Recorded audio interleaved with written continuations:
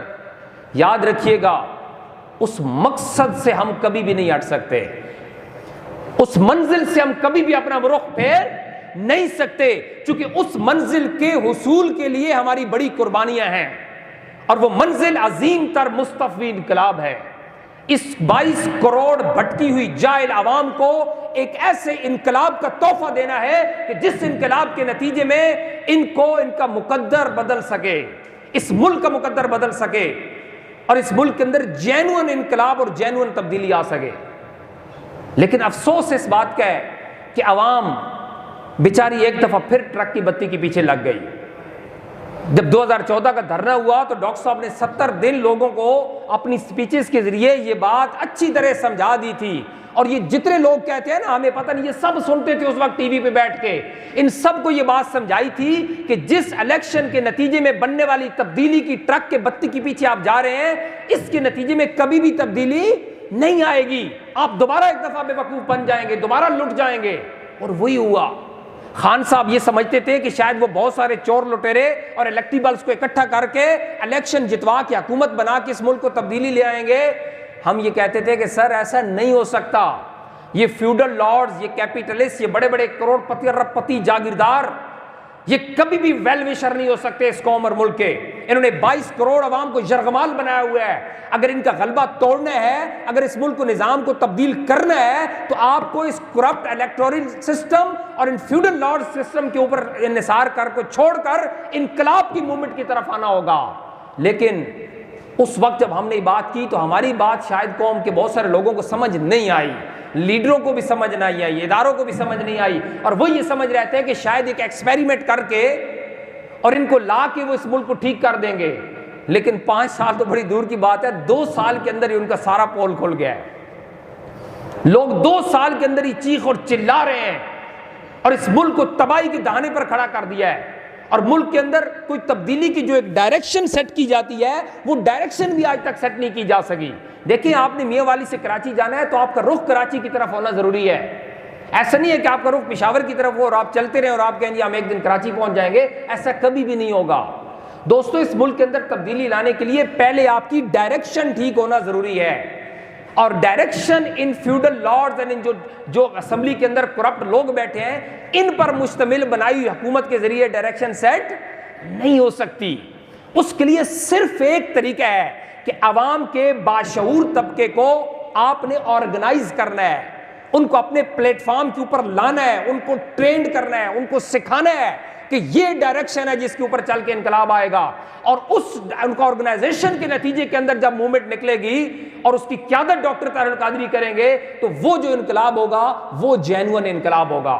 اس انقلاب کے نتیجے میں اس ملک کو رائٹس ملیں گے, قوم کو رائٹس ملیں گے.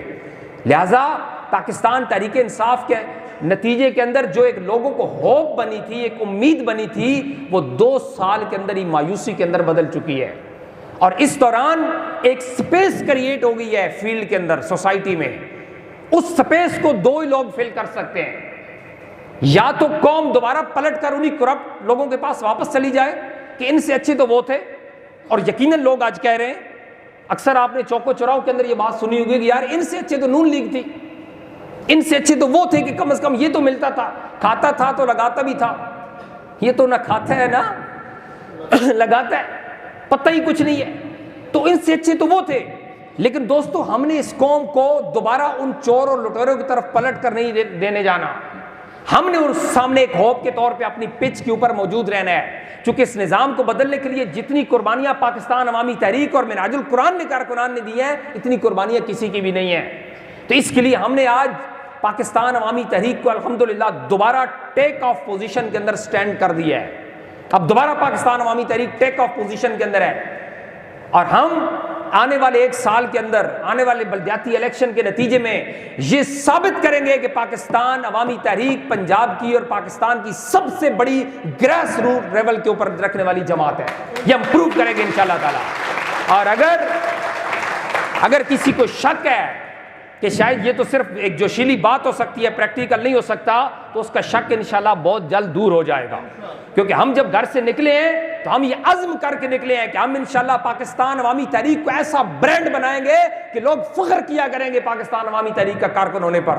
اس کا صدر اتنا پاورفل صدر ہوگا کہ انشاءاللہ اس کی ہر جگہ بات چلے گی، اس کو مانا جائے گا، کیونکہ وہ اتنی پاورفل جماعت کا نمائندہ ہے کہ جس جماعت نے 2 دفعہ اس کرپٹ نظام کی گردن پر پاؤں رکھ کر دبا لیا تھا. آپ کو یاد ہوگا 13 اور 14 کے اندر ڈاکٹر طاہر القادری نے اس نظام کی گردن پہ پاؤں رکھ دیا تھا، اور جب تک وہ پاؤں ہٹاتے نہیں تھے اس وقت تک اس نظام کی سانس نہیں چلتی تھی. ہم اس جماعت سے ہمارا تعلق ہے، لہٰذا ہمیں فخر ہے. ہم پاکستان عوامی تحریک کو ایک برانڈ بنائیں گے، اس کو ایک بہترین پولیٹیکل ڈیموکریٹک پارٹی بنائیں گے. اور انشاءاللہ آج کے فنکشن کے بعد آپ جتنے احباب یہاں تشریف لائے ہیں، ہم سب کو اور اسپیشلی پاکستان عوامی تحریک کی تنظیم کو یہ ٹارگٹ دیں گے کہ ہمارا جو اگلا پروگرام ہوگا بلدیاتی الیکشن سے پہلے وہ کم از کم 1000 لوگوں کا ہونا چاہیے، کم از کم 1000 لوگوں کا. اور اگر آپ کمٹمنٹ کرتے ہیں تو آپ تالی بجا سکتے ہیں کہ ہم نے بلدیاتی الیکشن سے پہلے ایک جلسہ کرنا ہے میاں والی کے اندر انشاءاللہ، اور وہ کم از کم 1000 لوگوں کا جلسہ ہونا چاہیے، اور اس میں کم از کم 20, 30, 40% نئے لوگ آنے چاہیے ہمارے ساتھ جو شمولیت اختیار کریں، فریش بلڈ. اور لوگ تیار ہیں، اب لوگ پٹ چکے ہیں، وہاں سے بھی مایوس ہو چکے ہیں، نون لیگ سی پی سے بھی مایوس ہیں. صرف آپ نے تھوڑی سی ہمت کرنی ہے، ان کے سامنے جانا ہے، اپنا پیغام پہنچانا ہے، انشاءاللہ وہ آپ کو جوائن کریں گے. اور میں امید کرتا ہوں کہ انشاءاللہ آنے والا دور ہم بہترین دور بنائیں گے اور پاکستان عوامی تحریک کو پاکستان کی سب سے بڑی پولیٹیکل پاور بنائیں گے. آپ کا سننے کا بہت شکریہ. Thank you very much.